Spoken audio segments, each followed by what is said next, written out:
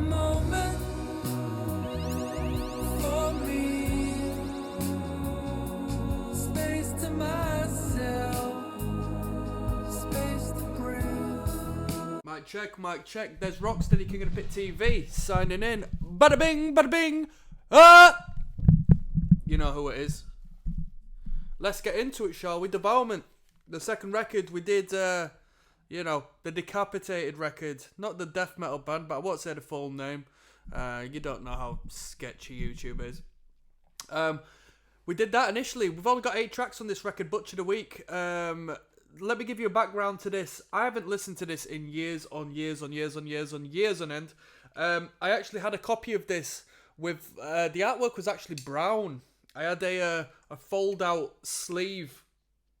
By the way, for the Wigger Slams, we've got to be sipping on a gold monster, haven't we? Come on now, people. Let's keep it conducive. So,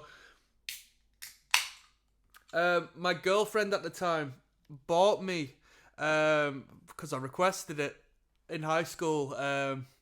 This record. Now, I don't remember much of it at all. What have we got on here? We had Baby Killer on the first one, didn't we? But there might be a revision. Yeah, there's a revision of it on this one. So we've actually got it on this record as well.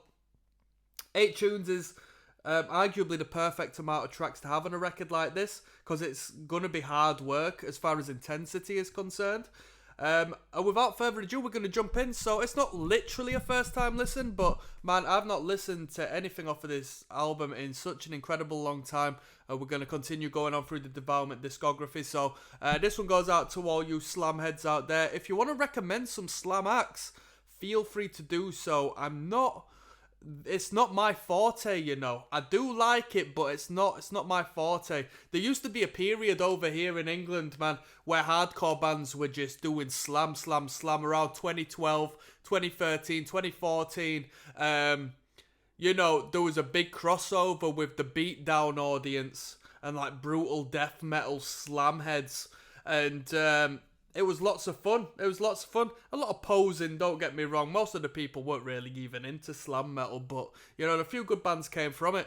Anyway, Butcher the Week, the title track, is track number 1. Let's go. Come on now, people. The weekend's here, by the way. I'm going to have a short weekend, but I'm happy to relax and listen to some music. Dead ones or had sex with dead bodies. There is no truth to any of that. You didn't live in the mortuary. I lived in the mortuary, yes, but not in the embalming room. I mean, they make it sound like I slept in the crypts with them. Don't Drink Monster is satanic in nature, people. It is destructive, and there's a reason why it's as large a brand as it is. The living, you gotta worry. Let's go.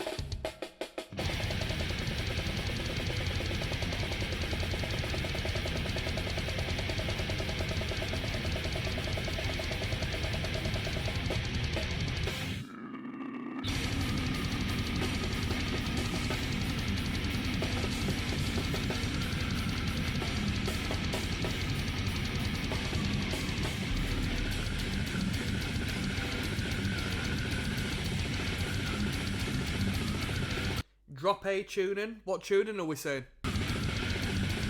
I wouldn't say it was B.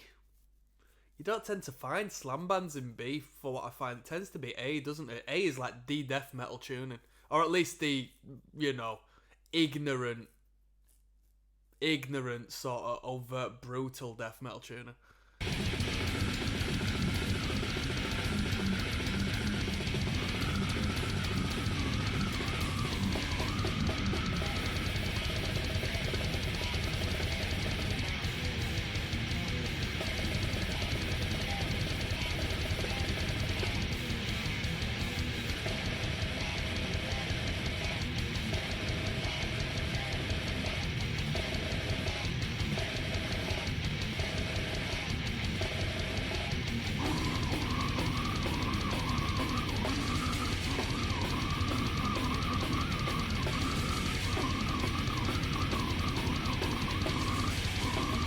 Hold on tight, because after this record I'm going to do cattle decapitation, alright?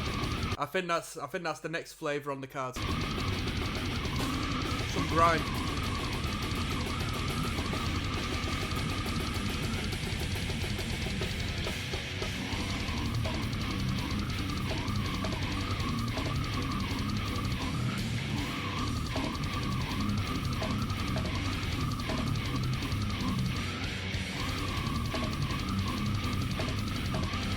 do like the snare, but I'd like it to be a bit more tinnier, you know, like a real tinny snare, proper like gore grind snare.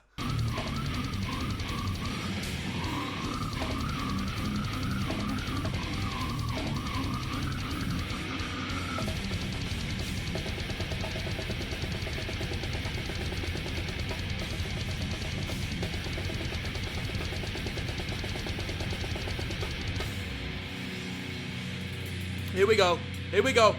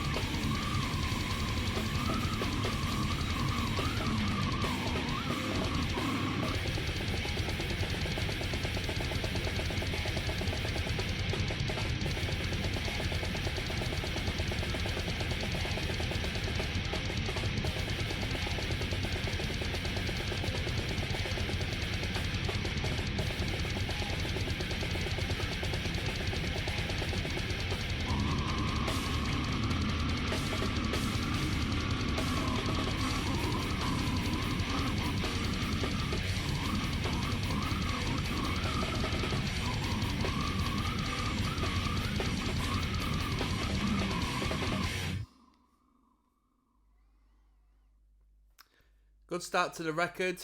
You know, I don't think this production is as good as what we heard on the debut record, because the debut record had such a dingy, dark, horrible sound that it was just...